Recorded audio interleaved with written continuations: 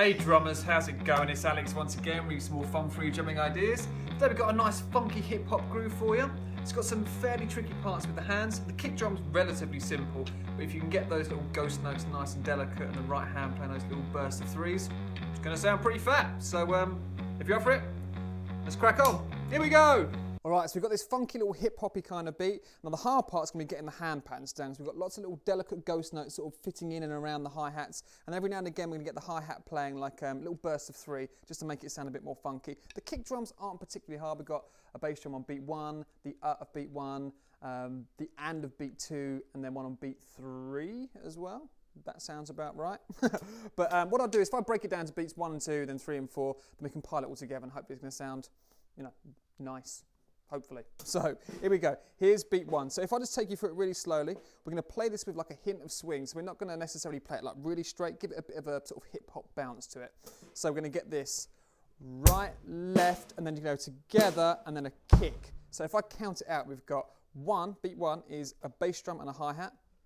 The E is a tiny little ghosty. The and of beat 1 is a hi-hat and a ghosty. And then the of beat 1 is a kick. So you get this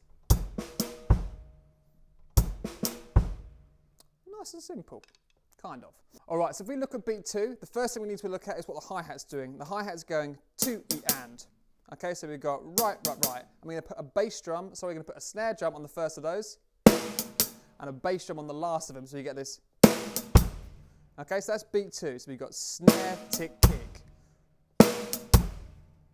And that's pretty straightforward.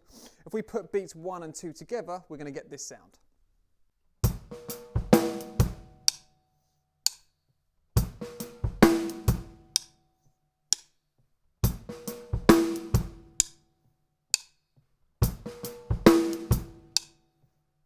Alright, so now that we've got beats 1 and 2 down, I think beats 3 and 4 in comparison are a little bit easier. So if we just play those as one continuous sequence rather than breaking it down individually. Beat 3 we've just got 1 and then for beat 4 we've got 2 E and Okay, so we've got snare, right, right, left.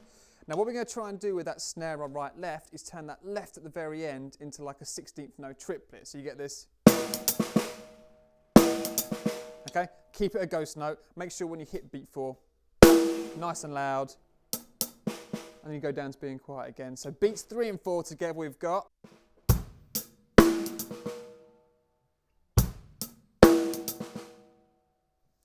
Boom, tick, snare, right, left, left.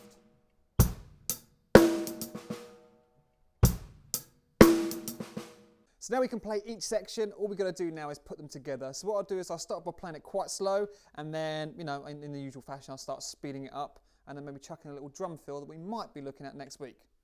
We definitely are looking at it next week, so just think of it as a little teaser. So here we go.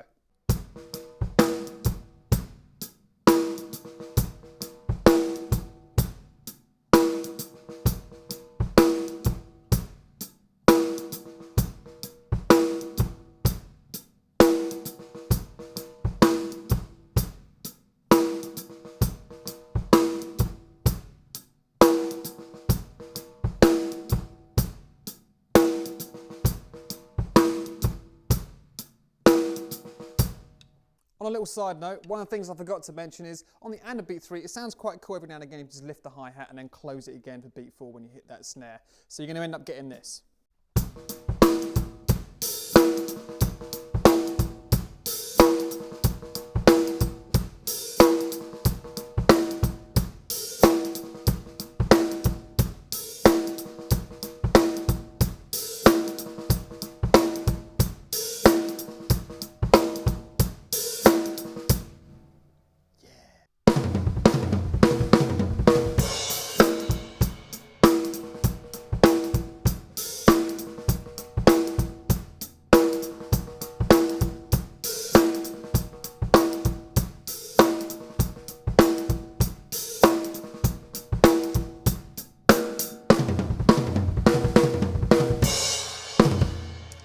Okay guys, so there it is. I hope you enjoyed that lesson. As always, you can go and download the sheet music for this lesson completely for free from onlinedrummer.com, and if you'd like to come and find me on Facebook or Twitter, there's links in the description below. So until next Thursday, see you then and keep on drumming. Alright, bye!